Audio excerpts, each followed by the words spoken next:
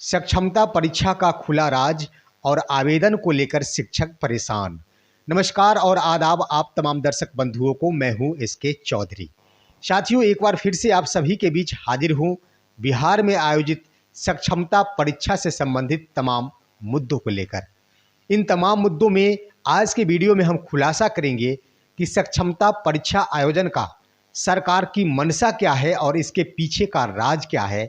और सबसे बड़ी बात दोस्तों कि सक्षमता परीक्षा आयोजन को लेकर अभ्यर्थी यानी शिक्षकों द्वारा आवेदन को लेकर जो परेशानियां हैं, जिन्होंने आवेदन कर दिया है उनके मन में भी परेशानियां हैं और जिन्होंने आवेदन नहीं किया है उनके मन में भी परेशानियां हैं कि फॉर्म आवेदन करें या फिर ना करें, जिसकी आज के वीडियो में हम खुलासा करेंगे। साथियों, इससे पहले कि इन बिंदुओं को हम शुरू करें, जिन्होंने अभी तक हमारे इस चैनल सुसत्य वचन को सब्सक्राइब नहीं किए हैं वो कृपया सब्सक्राइब कर लेंगे। साथियों, आइए सबसे बड़ी बात जानते हैं कि बिहार सरकार द्वारा शिक्षकों से संबंधित सक्षमता परीक्षा आयोजन का प्रमुख उद्देश्य क्या है। तो आप सभी जान ले साथियों कि सबसे अहम कारण है सरकार द्वारा अपनी पौराणिक नीतियों को कायम रखना। सरकार की ये मंशा है कि हर हाल में हम अपनी पौराणिक नीतियों को कायम रखें, ताकि जब जब शिक्षकों द्वारा किसी भी बिंदुओं पर सवाल उठाया जाए, कोई भी मांग किया जाए, तो उनके ऊपर एक ऐसा नियम थोप दिया जाए जिसमें तमाम शिक्षक उलझ कर रह जाए और उनकी मांग धराशायी हो जाए। इसे उदाहरण के रूप में आप देख सकते हैं, और वो पूर्व से कार्यरत तमाम नियोजित शिक्षक जो कि उसे वर्षों से झेलते आ रहे हैं। साथियों, सक्षमता परीक्षा आयोजन का मुख्य उद्देश्य पौराणिक नीतियों के अंतर्गत सरकार की ये नीति है कि सक्षमता परीक्षा में सफल हो जाने के बाद तमाम शिक्षकों को नए तिथि से विद्यालय में पदस्थापन की तिथि से ही एनपीएस का लाभ मिलेगा। इसमें सरकार को दो प्रकार के फायदे होंगे, जिसमें आर्थिक फायदा कि तमाम शिक्षकों को जो पूर्व से वर्षों से अपनी सेवा देते आ रहे हैं उन्हें पूर्व के सेवा के आधार पर सेवा निरंतरता का लाभ नहीं दिया जाएगा और एनपीएस का लाभ नए तिथि से देय होगा। फायदे के रूप में शिक्षक को दिया जाने वाला इंक्रीमेंट सरकार के पास सुरक्षित बच जाएंगे, उसके पैसे बचेंगे। और दूसरी बात कि एनपीएस जो कम से कम वेतनमान देय की तिथि से 1 जुलाई 2015 से तमाम नियोजित शिक्षकों को वेतनमान देय हुआ था, उस तिथि से मिलना चाहिए था, जिसे सरकार बचाने की पूरी कोशिश कर रही है कि अगर सक्षमता परीक्षा आयोजित नहीं होती तो तमाम शिक्षकों को उस तिथि से ही एनपीएस का लाभ देना पड़ेगा। सरकार इन बिंदुओं पर काम कर रही है। और अन्य बातें हम आपको बता दें साथियों कि सरकार ये चाह रही है कि पौराणिक नीति हमेशा कायम रहना चाहिए, ताकि शिक्षक जब भी मांग करे उनके ऊपर नए नियम ढा दिए जाए। आप सभी देख चुके होंगे साथियों कि वर्ष 2003 से तमाम शिक्षक नियुक्त है पहले शिक्षा मित्र के रूप में बहाल हुए थे और उनको 2006 में अस्थायी करते हुए 60 वर्ष की सेवा प्रदान कर दी गई। उसके बाद जब उन्होंने अपनी सेवा निरंतरता का लाभ मांगा तो वर्ष 2009 में सर्वप्रथम दक्षता परीक्षा का आयोजन किया गया और ये नीति लागू की गई कि दक्षता परीक्षा में सफल होने के उपरांत ही आप सभी को इंक्रीमेंट का लाभ मिलेगा, वरीयता का लाभ मिलेगा। और उस वक्त भी ये प्रावधान किया गया था कि जो शिक्षक 3 बार के दक्षता परीक्षा में सफल नहीं होंगे उन्हें सेवा से हटा दिया जाएगा। परंतु इसका सटीक प्रमाण है कि आज तक दक्षता परीक्षा के आधार पर एक भी शिक्षक नहीं हटाए गए, सभी के सभी लगभग पास कर गए। साथियों, एक अहम बातें बता दें कि जिस समय दक्षता परीक्षा का आयोजन किया जा रहा था उस समय भी तमाम ग्रामीण या फिर राज्य की जनता काफ़ी खुश नजर आ रही थी कि इन शिक्षकों का परीक्षा लिया जा रहा है और वे जब इसमें असफल होंगे तो उन्हें सेवा से हटा दिया जाएगा। यही नीति आज भी लागू है सक्षमता परीक्षा को लेकर। तमाम ये खबरें फैलाई जा रही है कि सक्षमता परीक्षा का आयोजन किया जा रहा है, जिससे तमाम नियोजित शिक्षक भाग रहे हैं, डर रहे हैं। साथियों, उस समय 2014 में कुछ टेट पास अभ्यर्थियों ने भी योगदान किया था। वे सभी के सभी अस्थायी सेवा के रूप में 60 वर्षों पर डायरेक्ट उनकी बहाली हुई थी। परंतु जब उनको ईपीएफ का लाभ देने की बात आई तो भी उनको लड़ना पड़ा और उन्हें अपना बेसिक पे जो मिल रहा था उस पर ईपीएफ का लाभ नहीं देते हुए 15,000 रुपये बेसिक पे निर्धारित किया गया। चाहे शिक्षकों का मूल वेतन कितना ही क्यों न हो, सिर्फ व सिर्फ 15,000 रुपये के बेसिक के आधार पर उनका ईपीएफ की राशि सरकार के ओर से सितंबर 2020 से दे हुई। इसके लिए भी शिक्षकों द्वारा आंदोलन किया गया। तो सरकार की मंशा यही है। और दूसरी बड़ी बात साथियों कि उस समय उनके मन में भी निगेटिव चल रही थी बातें, परंतु अब समझ में आ चुका है कि जितने भी शिक्षक हैं उन सभी को सरकार की नीतियों से हर हाल में गुजरना होगा। आज सभी के सभी नियोजित शिक्षक एक कतार में खड़े हैं और उनके लिए सक्षमता परीक्षा एक बहुत बड़ा मुद्दा बन गया है, चाहे वो टेट पास हो, चाहे वो दक्षता पास हो। और उधर दूसरी बात कही जाए साथियों कि कुछ विद्यालय अध्यापकों के मन में ये बातें चल रही है कि सक्षमता परीक्षा आयोजित होनी चाहिए ताकि तमाम नियोजित शिक्षकों के योग्यता पर सवाल खड़ा हो सके। साथियों, मैं आप सभी को अवगत करा दूं, शिक्षक परीक्षा से नहीं डरते हैं। जैसे उन्होंने दक्षता परीक्षा में उत्तीर्ण किया था, जैसे उन्होंने सीटेट या फिर बीटेट की परीक्षा में उत्तीर्णता हासिल की थी, उसी तरह 100 के 100 शिक्षक सक्षमता परीक्षा में सफल होंगे। परंतु उनकी मांग ये है कि ये नीति आखिर पौराणिक नीति कब समाप्त होगी। ऐसी बात नहीं कि ये विद्यालय अध्यापक पर लागू नहीं होंगे। ढेर सारे विद्यालय अध्यापक हैं जो कि पूर्व से नियोजित शिक्षक थे, अभी वर्तमान में वे नई सेवा विद्यालय अध्यापक में आए हैं, परंतु उनको क्या मिला? कोई सेवा निरंतरता का लाभ नहीं मिला और उन्हें नए बेसिक पर ही योगदान करना पड़ा। आज जो शिक्षक 28,660 रुपये नियोजित शिक्षक के रूप में बेसिक पे उठा रहे थे, आज विद्यालय अध्यापक के रूप में 25,000 रुपये बेसिक पे उठाने को लेकर उनको मजबूर किया गया है। और अपनी सेवा निरंतरता का लाभ पाने के लिए जिस दिन विद्यालय अध्यापक सवाल खड़ा करेंगे, सरकार से मांग करेंगे, याद रखिएगा साथियों, आप डायरी में लिखना हो तो लिख ले हमारी बातों को, आपको भी सक्षमता परीक्षा से गुजरने की बात कही जाएगी सरकार की ओर से।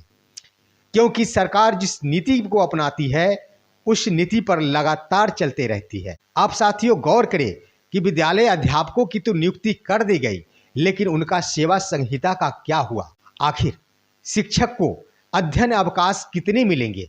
शिक्षक को ईएल का लाभ क्या मिलेगा? साथियों, इन सब बातों का आज तक खुलासा नहीं किया गया। विद्यालय अध्यापकों के लिए इन सब नियमावली पर कोई विचार नहीं किया गया, वो बाद की स्थिति के लिए रखी गई है। जिस दिन आप डिमांड करेंगे, आपके ऊपर कोई बोझ सौंपा जाएगा और उस बोझ के मद्देनजर आप जब दबेंगे तो सरकार आप पर कठोर नीति लगाएगी और आपके नियमों, आपके देने वाले सुविधाओं में कटौती करेगी। इसलिए तमाम शिक्षकों, शिक्षा जगत में तमाम कर्मियों पर हो रहे प्रहार, और यहाँ तक स्पष्ट शब्दों में कह दिया जाए तो पौराणिक नीतियों के खिलाफ दमनात्मक नीति समाप्त करने के उद्देश्य से ही अंतिम लड़ाई लड़ रहे हैं बिहार के तमाम नियोजित शिक्षक। अब साथियों, इसके संबंध में हम आपको खुलासा कर दें कि शिक्षा विभाग की ओर से हमेशा निचले स्तर पर दमनकारी नीति अपनाई जाती है। शिक्षा विभाग की सबसे छोटी इकाई विद्यालय है।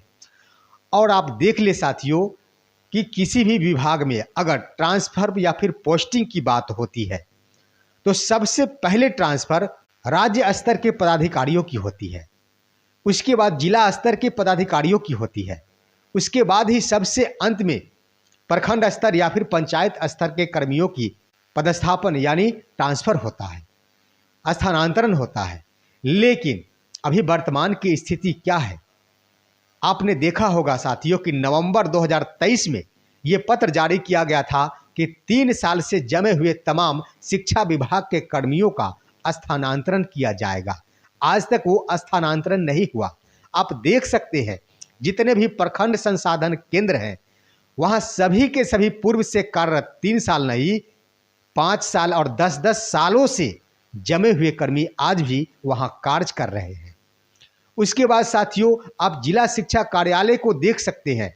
वहां वर्षों से 3 साल तो दूर 5-5 सालों से कार्यरत कर्मी आज भी कार्य कर रहे हैं, परंतु उस पर शिक्षा विभाग की नज़र नहीं जाती, के पाठक महोदय की नज़र नहीं जाती और सिर्फ व सिर्फ सबसे छोटी इकाई शिक्षक और उसमें भी नियोजित शिक्षकों पर, नव चयनित शिक्षकों पर, जिनका कोई सेवा संहिता नहीं है, स्पष्ट शब्दों में जान ले, सिर्फ व सिर्फ जिनका कोई सेवा संहिता नहीं है, उन पर दमनात्मक नीति चलती है और कोई भी नीति उन्हीं पर थोपा जाता है। वर्षों से आज भी मूल शिक्षक, नियमित शिक्षक जिनके लिए ऐच्छिक स्थानांतरण की सुविधा प्रदान की गई है, उनका ट्रांसफर नहीं किया जाता। उनके लिए सक्षमता परीक्षा की कोई आवश्यकता नहीं है।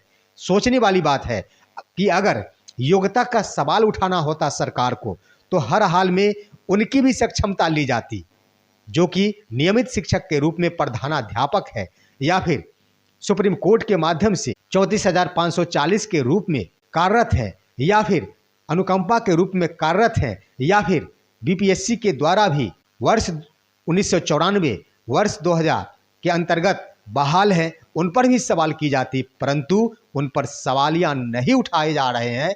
यानी सक्षमता का उद्देश्य योग्यता नहीं, सक्षमता का उद्देश्य आर्थिक कटौती करना है और सुविधाओं से वंचित करना है।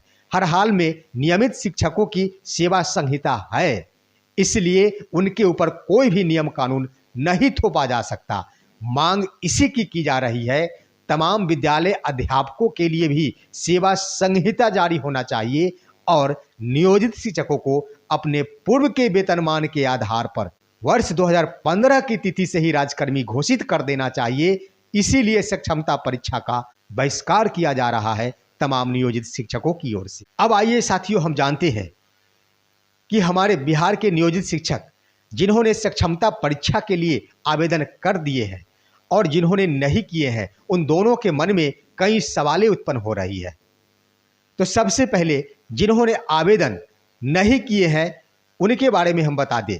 उनके लिए अवसर है अपनी अस्मिता बचाने की, और दूसरी बड़ी बात कि पौराणिक नीति को सदा के लिए समाप्त करने की अच्छा अवसर है।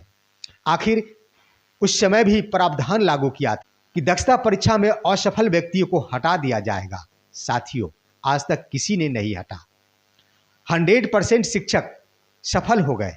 अगर सेवा संहिता पहले लागू कर दी जाती है, तमाम शिक्षकों को राजकर्मी का दर्जा पहले दे दिया जाता है, उसके बाद सरकार ये नियम बना दे सभी शिक्षकों के लिए वर्ष में एक बार सक्षमता परीक्षा का आयोजन होगा। उसके बाद नियम बना दे कि हर 3 साल पर तमाम शिक्षकों का ट्रांसफर किया जाएगा। सहर्ष स्वीकार करेंगे नियोजित शिक्षक, परंतु पहले राजकर्मी का दर्जा तो प्रदान किया जाए। आखिर दे देने से क्या होगा? आज विद्यालय अध्यापक राजकर्मी के रूप में हैं, उनके अगर सर्टिफिकेट फर्जी पा रहे हैं तो क्या उनको नहीं हटाया जा रहा? आज औरंगाबाद जिले में एक साथ 49 शिक्षकों को हटाया गया। अगर वे नियोजित शिक्षक जिनकी डिग्रियां फर्जी हैं, आप राजकर्मी बना दे, आप बाद में भी उनकी प्रमाण पत्रों की जांच कर सकते हैं, उनको सेवा से हटा सकते हैं, लेकिन ये नीति क्यों? इस पर विराम लगनी चाहिए और तमाम शिक्षकों के लिए अवसर है कि अपने अस्मिता को बचाए और पौराणिक नीति को समाप्त करें। साथियों, जिन अभ्यर्थियों ने आवेदन कर दिए हैं उनके बारे में बता दूं कि पछताने या फिर घबराने की आवश्यकता नहीं है। इसमें कई प्रावधान प्रखंड स्तर से लेकर जिला स्तर तक डॉक्यूमेंटेशन का है। डॉक्यूमेंट जमा करना है, परीक्षा में सम्मिलित होने की बात है, ये आपको निर्णय लेना है।